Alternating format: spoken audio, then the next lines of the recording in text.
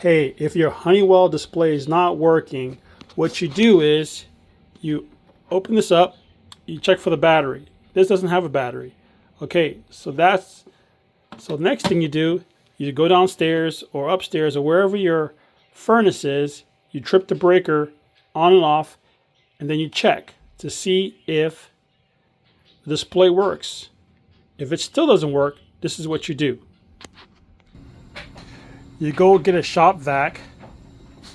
You look for your condensate hose, which is right here.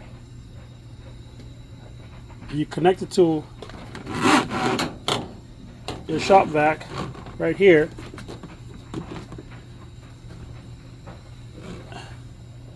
And then you turn it on